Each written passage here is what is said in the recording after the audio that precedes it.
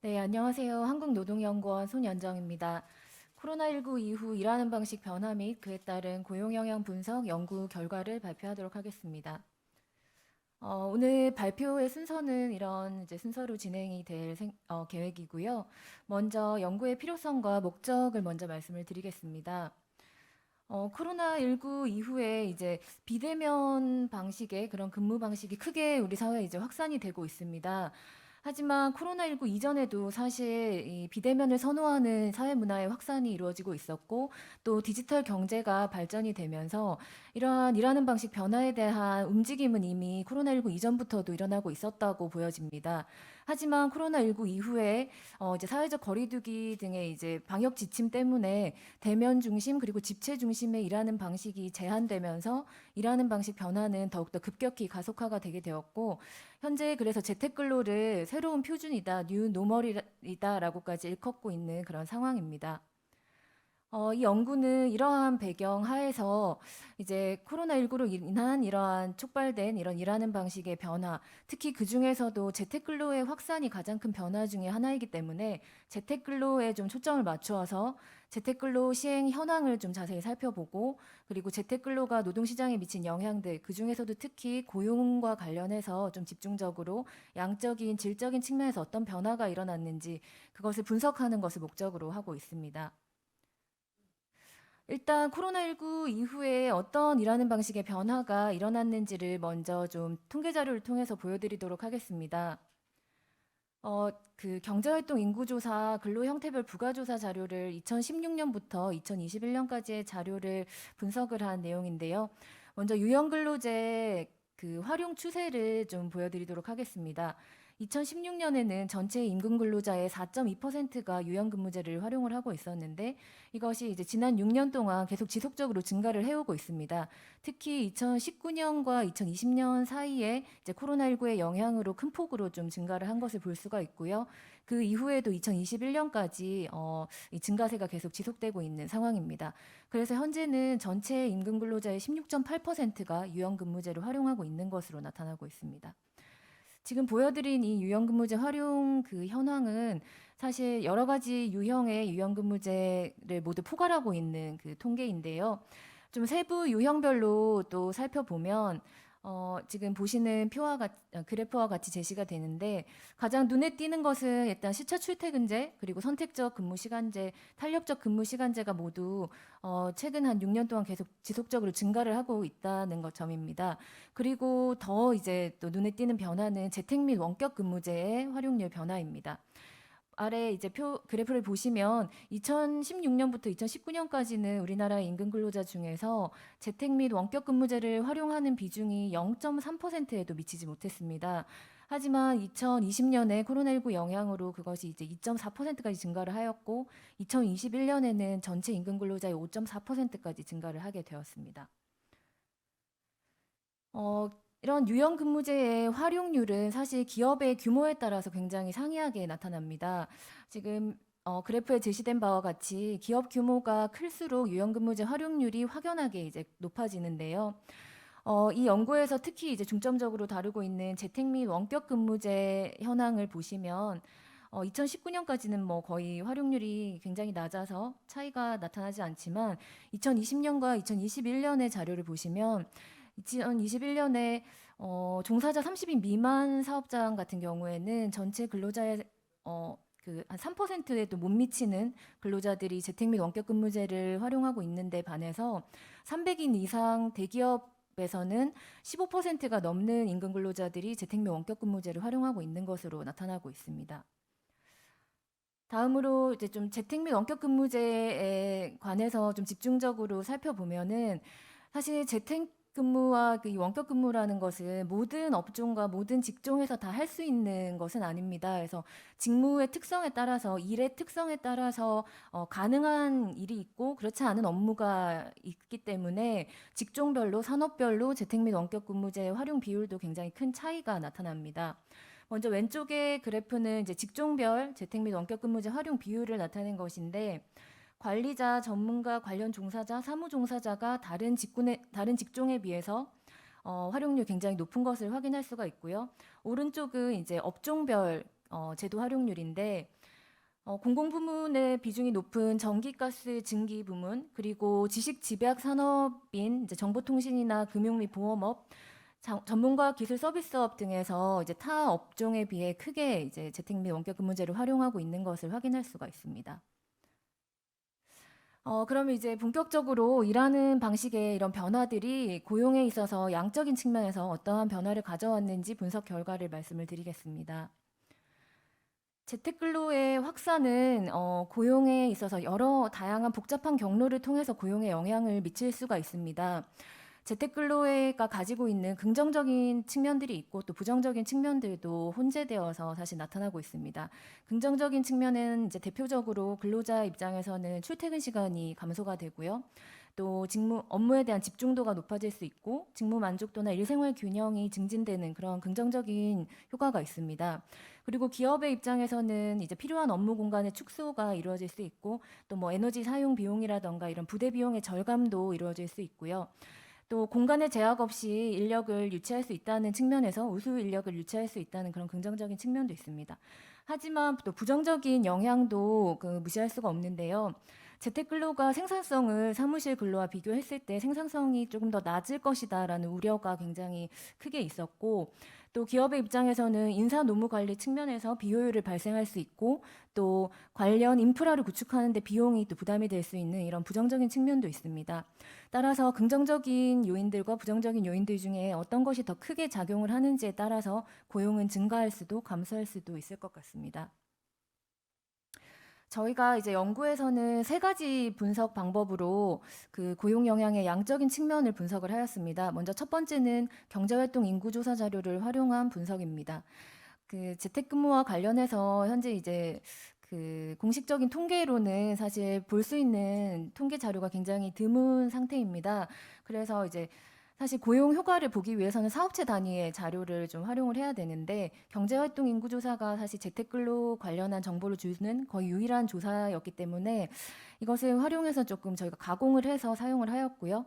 그래서 이제 산업과 직종을 교차한 셀을 구성을 해서 이 셀을 하나의 이제 개체로 간주하고 셀 단위의 패널 자료를 구축을 해서 그 패널 고정 효과 모형을 적용해서 그 양적 고용 효과를 분석을 하였습니다. 회계 분석 결과 같은 산업과 직종에서 재택 및 원격 근무제의 활용률 증가는 고용에 양적으로 긍정적인 영향을 미치는 것으로 확인이 되었습니다.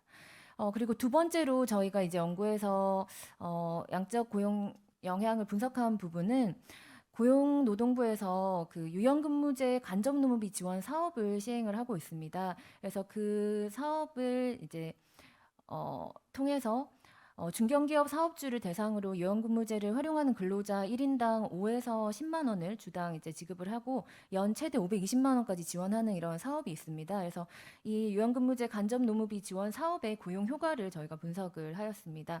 그 결과 이 지원 사업이 기업의 고용량을 통계적으로 유의하게 증가시키는 것을 확인할 수 있었습니다. 마지막으로 저희가 또 자체적으로 저희 연구에서 재택근로 실태조사를 시행을 하였고요. 그 자료를 활용을 해서 고용 효과를 또 분석을 하였습니다. 실태조사와 관련해서 개요를 좀 말씀드리면 일단 이 조사가 2단계로 진행이 되었는데 첫 번째 1단계에서는 전반적인 재택근로 시행률을 조사를 하였습니다. 그래서 전국의 30인 이상 기업을 전체를 대상으로 해서 모든 산업에 대해서 조사를 하였고 그 결과 재택근무제를 시행을 하고 있다는 기업이 34% 정도로 나타났고요. 시행하고 있지 않다라는 기업이 66% 정도로 나타났습니다. 그리고 두 번째 실태조사 단계에서는 이 시행률 조사를 기반으로 해서 상대적으로 좀 재택근무 활용률이 높은 산업들 7개를 뽑아서 그 7개 산업에 좀 제한적으로 저희가 30인 이상 기업에 대해서 다시 또 현황 조사를 시행을 하였습니다. 지금 이제 그 실태조사 자료를 활용한 고용효과 분석 결과입니다. 분석 방법은 성향점수 매칭법과 이중차분법을 결합시킨 방법을 이용을 하였고요. 분석한 결과 재택근로 시행이 고용과 매출액에 통계적으로 유의한 양의 효과를 가지는 것으로 확인이 되었습니다.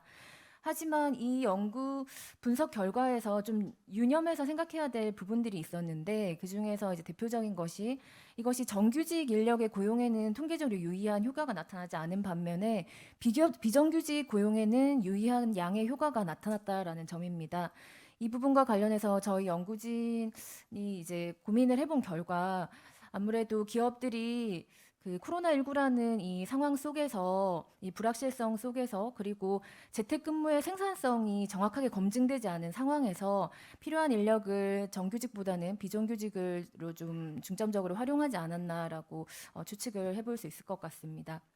그리고 기업 규모별로는 300인 이상 기업에서만 고용이 유의미하게 증가한 것으로 나타났습니다. 저희가 이 양적 고용 영향 분석 결과를 이제 종합적으로 세 가지 분석 결과를 살펴보면 적어도 이제 단기적으로는 재택근로가 고용을 감소시키는 방향으로 작용하는 요인들이 고용 증가에 기여하는 요인들에 비해서 크지는 않은 것으로 이렇게 요약을 할 수 있을 것 같습니다.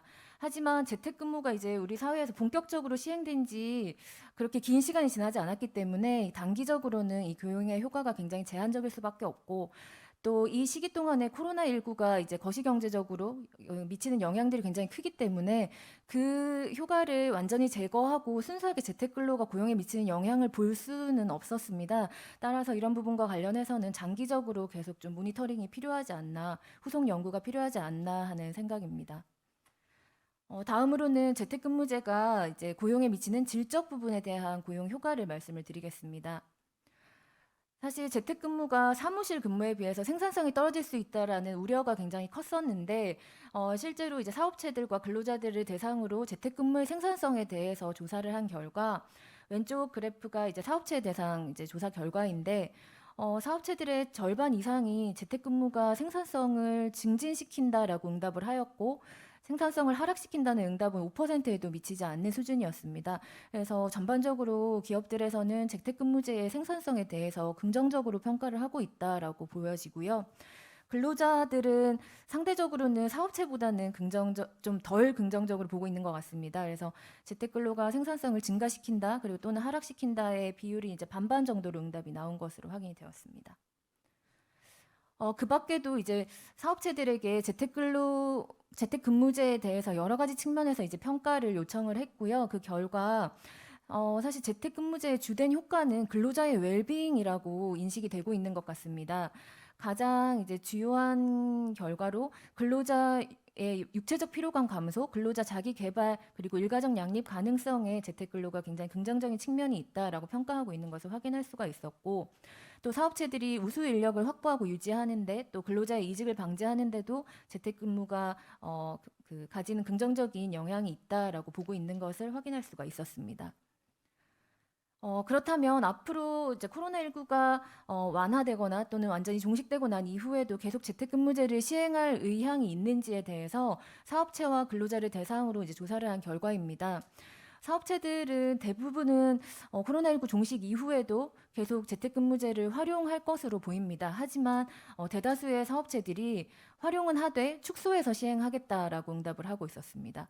그리고 근로자들의 경우에는 현재 재택근무제를 활용하고 있는 근로자들의 70% 이상이 향후에도 계속 활용하고 싶다라고 응답을 하였고 그리고 활용 빈도나 횟수에 대해서도 20% 이상이 지금보다도 심지어 더 많이 활용을 하고 싶다라고 응답을 하였습니다. 재택근무제를 운영함에 있어서 사업체들이 겪는 어려움은 어떤 것이 있는지를 좀 파악을 하고자 하였는데요. 보시면 상당히 높은 비중으로 큰 어려움이 없다라는 응답이 있었습니다. 하지만 이 응답을 제외하고 나면 주된 어려움으로는 타 직무와의 형평성 문제, 관련 인프라 구축 비용 문제, 그리고 정보 보안 문제 등이 주요 이슈로 확인이 되었습니다. 따라서 향후에 이제 재택근무제가 하나의 일하는 방식으로 정착되고 또 확산되기 위해서는 이러한 부분들에 대한 개선이 이루어져야 할 것이라고 생각이 듭니다. 그리고 근로자들의 이제 조사에서 재택근무를 하면서 가장 큰 어려움이 무엇인지를 조사한 결과에서도 근로자들의 70% 가까이가 큰 어려움이 없다라고 응답을 하였습니다. 하지만 이 응답을 제외하고 나면 뭐 상하 의사소통의 어려움, 협업의 어려움, 그리고 상호작용 부재에 따른 소외감 이런 의사소통 부분에 있어서 근로자들은 가장 어려움을 많이 느끼고 있다라는 것을 확인할 수가 있었습니다. 이 밖에도 저희가 이제 사업체 인사 담당자들을 대상으로 해서 그 FGI도 시행을 했었는데요. 이제 시간 관계상 가장 이제 조금 유념해서 봐야 할 부분만 몇 가지 언급을 하고 넘어가도록 하겠습니다. 가장 이제 눈에 띄는 결과는 이제 기업들이 대부분은 코로나19 방역 조치의 일환으로 재택근무를 도입을 하게 되었기 때문에 제도적으로 절차상으로 준비가 거의 되지 않은 채로 제도를 일단 시행을 하는 경우가 대부분이었던 것 같습니다. 그리고 재택근무제가 생산성에 미치는 영향은 단기적으로는 크게 뭐 영향은 없는 것으로 나타나고 있었고요.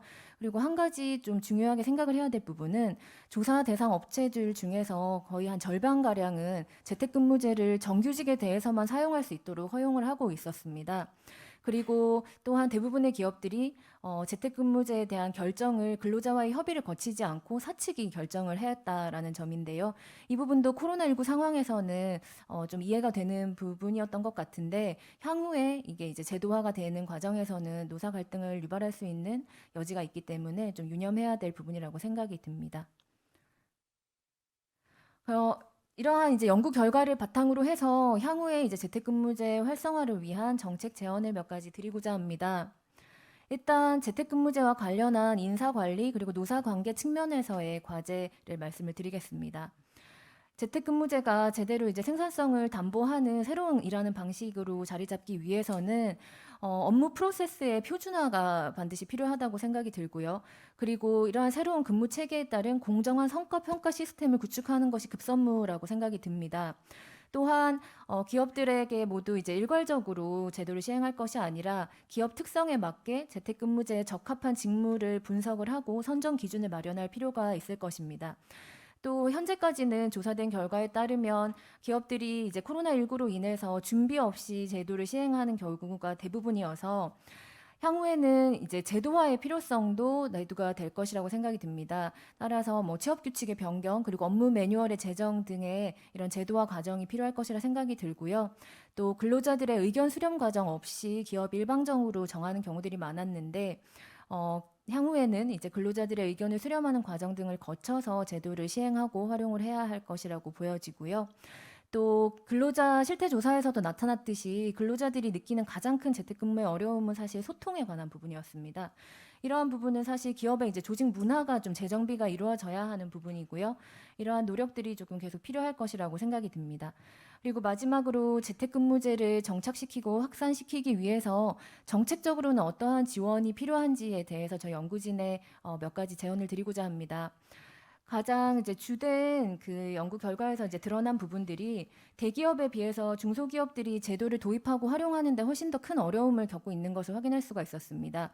그 이유는 상대적으로 이제 중소기업들은 인사 노무 관리에 있어서의 전문성이 떨어지고 또 IT 인프라를 구축하는 그런 측면에서도 비용적인 부담이 더 크게 느껴지기 때문에 이러한 이제 제도 도입을 하고 활용을 하는데 적극적으로 이제 하지는 못하고 있는 상황인데요. 이런 부분에 있어서 현재 이제 정부에서도 지원하고 있는 여러 가지 컨설팅 지원 사업과 IT 인프라 구축 비용 지원 사업 등이 있습니다. 하지만 이제 이러한 새로운 변화에 발맞추어서 조금 더 정책을 좀 확대해 나갈 필요가 있겠다라는 생각이 들고요. 마지막으로는 정부에서 2020년 9월에 재택근무 종합 매뉴얼이라는 것을 발표를 하였습니다. 여기에는 재택근무제를 이제 도입하고 시행하고 운영을 하는 그 과정에서 일어날 수 있는 여러 가지 문제점들에 대해서도 다양하게 이제 내용들을 담고 있고 가이드라인을 제시를 하고 있습니다. 하지만 이것은 이제 코로나19 상황에서 이제 만들어진 매뉴얼이었고요. 이것이 코로나19가 끝난 이후에도 새로운 일하는 방식으로 정착되기 위해서는 이 종합 매뉴얼의 내용도 조금 재정비가 필요할 것이라고 생각이 듭니다. 특히 이제 현재로서는 이 매뉴얼이 약간 사용자의 권한 측면에서 이제 좀 작성이 된 부분이 있는데 향후에는 근로자의 권리와 의무와 관련해서도 좀 명확하게 명시가 될 필요가 있겠고요. 그리고 근로 시간과 그리고 작업량에 대한 설정, 그리고 연결 차단권을 포함해서 근로자를 보호할 수 있는 그런 의무 조치에 대해서도 좀 명확하게 기술할 필요가 있다고 생각이 듭니다. 마지막으로 이렇게 이제 매뉴얼들이 제시된 가이드라인이 기업 현장에서 제대로 이제 적용되고 활용될 수 있도록 충분한 홍보와 그리고 행정 지도가 필요할 것이라고 생각합니다. 네, 이상으로 발표 마치겠습니다. 감사합니다. 예, 감사합니다. 그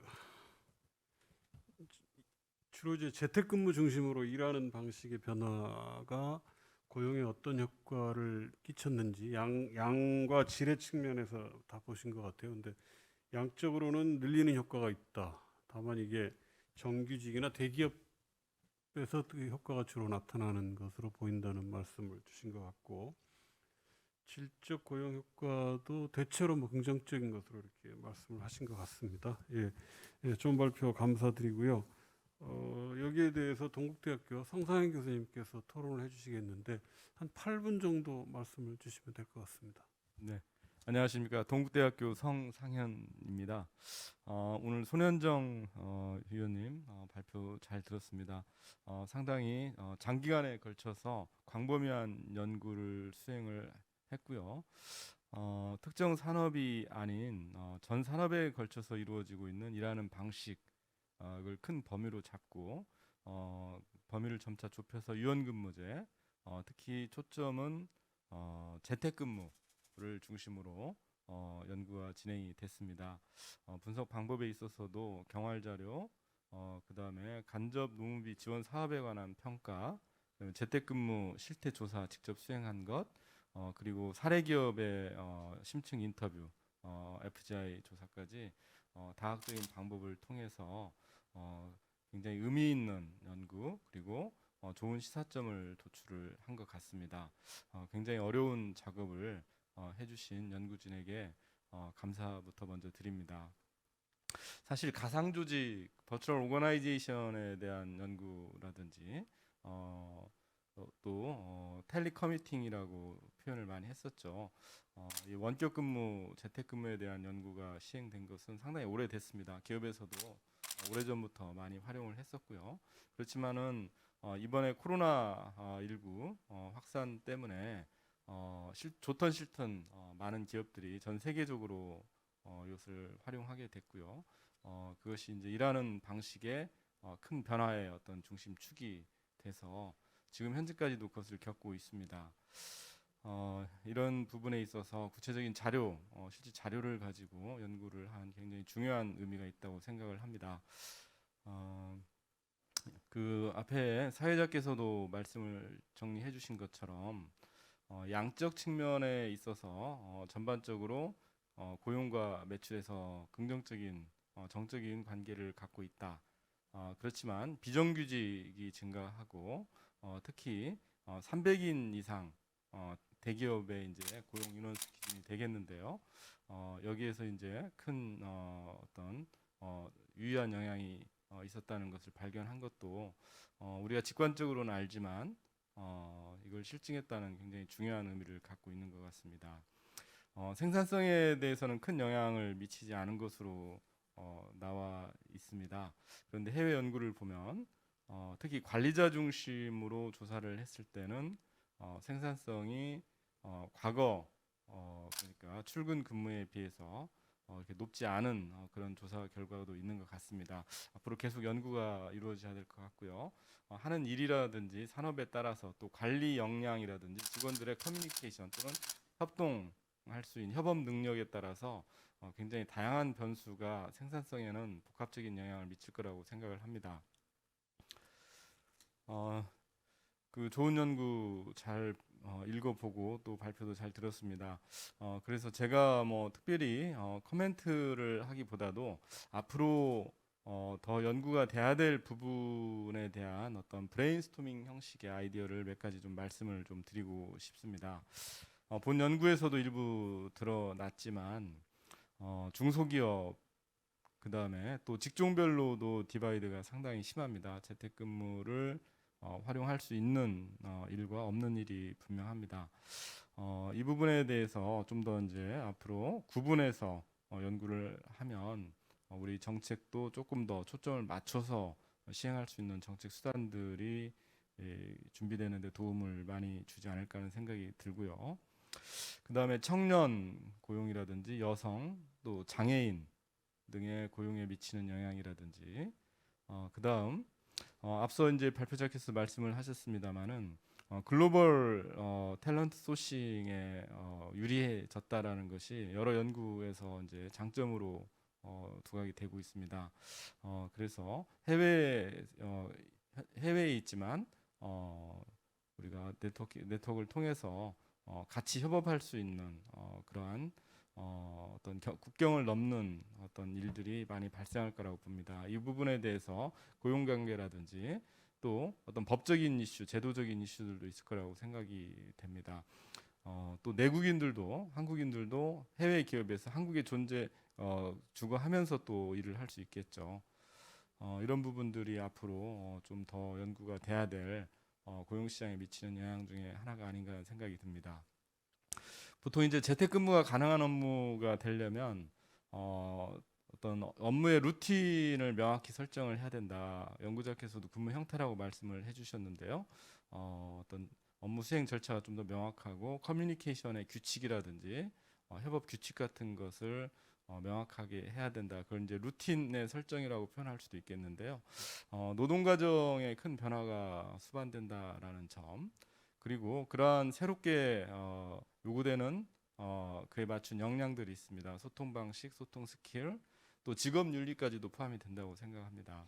그리고 특히 이제 신입 사원을 중심으로 온보딩하는 문제부터 교육, 숙련의 축적과 같은 새로운 차원의 이슈들이 연이어 파생이 됩니다. 이런 부분들이 앞으로 우리가 계속 연구가 돼야 되고요.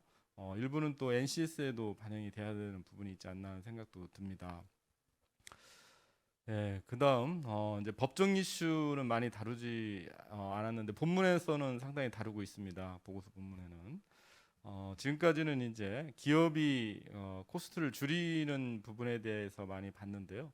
사실은 개인은 자기 집을 사무실처럼 쓰기 때문에 비용을 쓰는 겁니다. 그래서 이 부분이 세법상의 손비 산입의 문제로 검토가 돼야 되는 이슈가 여전히 존재한다고 봅니다. 그다음에 산업재해 인정 기준, 그리고 앞서 말씀을 주셨습니다마는 근로자의 권리라는 차원에서 본다면 재택근무 선택권, 유럽에서는 이게 논의가 되고 있는데요. 그런 차원에서의 어떤 법리적인 검토, 연결 차단권이라든지 사생활 보호와 같은 이슈들과 함께 앞으로 고용의 질적 측면에서 연구가 돼야 될 것 같습니다. 끝으로 한 가지만 더 말씀을 드리면, 저도 지금 오랜만에 이렇게 오프라인에서 포럼에 참여를 합니다. 4학기 동안 그 온라인 수업을 하다가 보니까 좀 생경해요. 다시 백투더 오피스 할 때의 어떤 그죠 잘할 수 있는 그런 또 뭐가 필요하겠다라는 생각도 드는데요. 결국은 이제 앞으로는 하이브리드 워크가 될 거라고 보여집니다. 얼마 전 이거 관련된 컨퍼런스도 있었는데요. 그래서 이 편의에 따라서 또 어떤 목적에 따라서 재택, 비재택을 혼용해서 활용을 하게 될 텐데요. 이 부분들이 미치는 영향을 또 한번 봐야 될 것 같고요. 그다음 여러 가지 협업 기술들 또 커뮤니케이션 툴들이 매우 발달해 가고 있습니다. 메타버스까지 이야기 나오고 있는데요. 비대면 산업의 어떤 활성화 더불어서 우리가 좀 관심 있게 봐야 될 영역이 아닌가 생각이 됩니다. 예, 그 여러 가지 말씀이 있겠습니다. 시간 제약이 있기 때문에 여기까지 제 말씀은 드리도록 하겠습니다. 좋은 연구 해주신 우리 연구진께 깊이 감사드립니다. 예, 감사합니다. 향후 과제 중심으로 뭐 몇 가지 그 아이디어를 주신 것 같아요. 예를 들어서 청년 고용이나 여성 장애인 고용에 미치는 영향을 좀 볼 필요가 있다든가, 중소기업이 잘 안 되는 거, 대기업은 되는데 또 직종별로 되는 데가 있고 안 되는 데가 있고 하니까 이거 좀 구분해서 연구를 해본다는 거, 아니면 또 글로벌 탤런트 소싱 관련해서 법적으로 혹은 제도적으로 뭐 이슈가 되는 거에 대한 검토 문제도 좀 얘기하신 것 같고, NCS 문제도 얘기하셨고요. 뭐 신입사원의 언보딩 이슈 이런 문제도 뭐 좋은 여러 제안들을 많이 지적해 주신 것 같은데, 예, 우리 선 박사님께서 한 네. 2분 정도 간단히 답을 해주시면 감사하겠습니다. 그 전에 유튜브에서 혹시 질문 올라온 게 없나요? 예, 없는 것 같습니다. 답을 해주시죠. 네. 송상현 교수님께서 저희 이제 연구 결과를 보시고 이제 또 향후에 어떤 연구들이 더 이제 팔로업이 돼야 될지 많은 좋은 제안들 해주셔서 너무 감사드리고요. 저도 교수님과 같은 생각입니다. 사실 이게 이제 재택근로가 우리나라에서 뭐 전 세계적으로도 그렇지만 특히 우리나라에서는 본격적으로 시행이 된 것이 사실 코로나19 이후이기 때문에 현재 상황에서 이제 뭐 이렇게 단년도의 조사로서 모든 연구를 다 할 수 없다고 생각이 들고요. 일단 이 연구에서는 그나마 이제 조금 전반적인 현황과 실태를 좀 정확히 파악을 해보자라는 목적을 가지고 연구를 진행을 했는데 향후에도 이게 계속적인 연구가 분명히 필요한 영역이라고 생각이 듭니다.